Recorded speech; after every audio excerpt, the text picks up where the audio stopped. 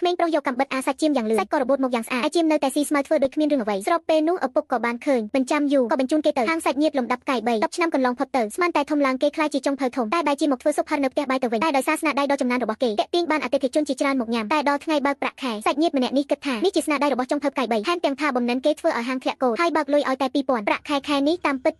2005កាត់ថ្លៃហូបចុកស្នាក់នៅសល់2003ពីមុនប្រាប់ថាមិនកាត់ថ្លៃស្នាក់នៅទេបើកលុយឲ្យហើយនៅហ៊ានមកទៀត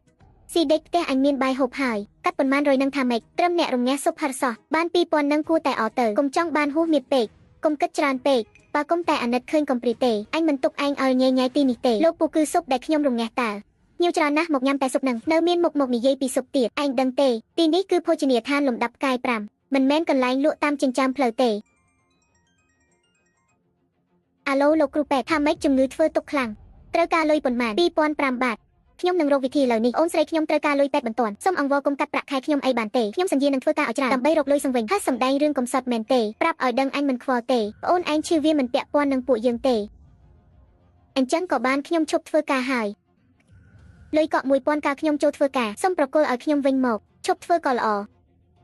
សូមឈប់ខ្លួនឯងត្រូវកាត់លុយកក់ទាំងអស់ហេតុអីអ្នកទាំងពីរធ្វើហួសហេតុម្លេះសូម្បីលុយកក់ក៏កាត់ដែរអញចង់តែកាត់បើខ្លាំងឯងទៅប្តឹងក្រសួងការងារទៅល្អចំណាំទុកទៅលុយកក់ខ្ញុំក៏មិនយកដែរគ្រាន់តែប្រាប់ថាគុំស្ដាយក្រោយឲ្យសោះនៅហ៊ានគំរាមទៀតអញចង់ដឹងណាស់ត្រឹមអ្នកលក់ស៊ុបហិរដូចឯងអាចធ្វើស្អីចេញទៅហើអាមនុស្សមិនស្គាល់ទៀបខ្ពស់ទៅបាត់ទៅស្រឡះមុខបងប្រុសខ្ញុំសុំទោសមកពីខ្ញុំទៅបងពិបាកធ្វើឲ្យបងត្រូវបាត់បង់ការងារទៀតក្មេងល្ងងឯងជាសាច់ញាតិតែមួយរបស់បងមិនឲ្យបងមើលថែឯងមើលថែអ្នកណាកុំគិតផ្ដេសផ្ដាសជំងឺឯងមុខតែជាទេសម្រាប់ឲ្យបានច្រើនទៅបងសន្យាបងនឹងនាំឯងចេញពីទីនេះទៅរស់នៅផ្ទះធំមានបង្អួចធំ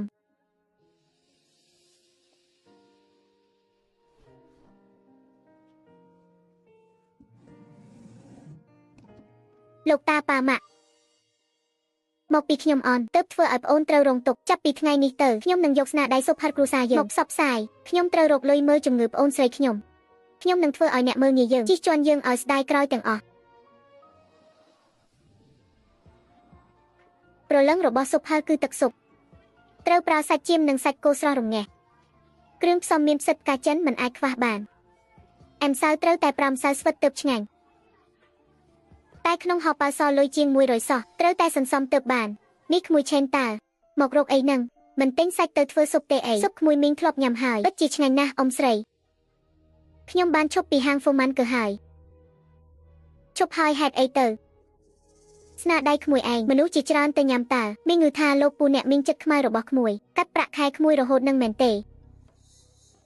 យកទៅមីងដឹងថាក្មួយលំបាកសាច់នេះចាត់ទុកថាមីងឲ្យក្មួយចោះចាំថ្ងៃក្រោយក្មួយមានបានសឹមហៅមីងញ៉ាំស៊ុបទៅយកទៅក្មួយសម្លាញ់អ្នកមានជំងឺដាច់ពោះស្លាប់ទេអរគុណណាស់អ៊ំស្រីនិងពូមីងទាំងអស់គ្នាសេចក្តីល្អមួយនេះខ្ញុំនឹងចងចាំអស់មួយជីវិត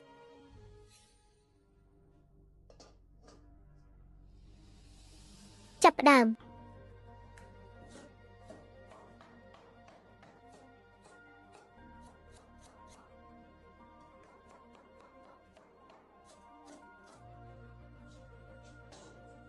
លោកតាធ្លាប់ប្រាប់ថា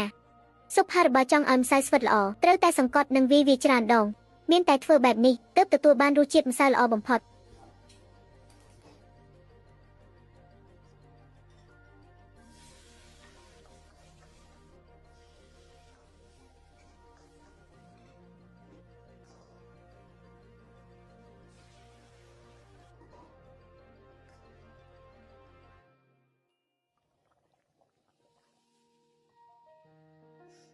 បងប្រុសបងកំពុងរងាស់អីហ្នឹងឈ្ងុយម្លេះនាងលក់មើលស៊ុបដែលបងទៅរងាស់មើល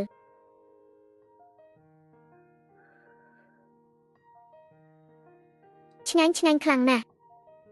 ខ្ញុំមានអារម្មណ៍ថាជំងឺជាពាក់កណ្ដាលបាត់ទៅហើយគ្រឿងផ្សំស៊ុបនេះគឺជារូបមន្តប្រចាំត្រកូលយើងបងមិនជឿថាបងមិនអាចយកវាទៅពង្រីកបានទេព្រះឲ្យអ្នកណាធ្វើម្ហូបហ្នឹងឈ្ងុយម្លេះមែនហើយដូចជាក្លិនស៊ុបសាច់អញ្ចឹងក្លិននេះដូចជាចេញពីបន្ទប់ជួលបងប្អូនកំសត់ពីអ្នកនោះទេតាkhiមកដល់នេះបងលីនមើលកាបូបនេះអូនស្ពីស្អាតឬក៏កាន់ស្អាតជាងស្អាតទាំងអស់ហ្នឹង ថៅកែប្រុសថៅកែស្រីវីវ៉ូហើយមានរឿងអីគឺភ្ញៀវនឹងណាភ្ញៀវកំពុងតែលោឡាចង់ជួបអ្នកទាំងពីរ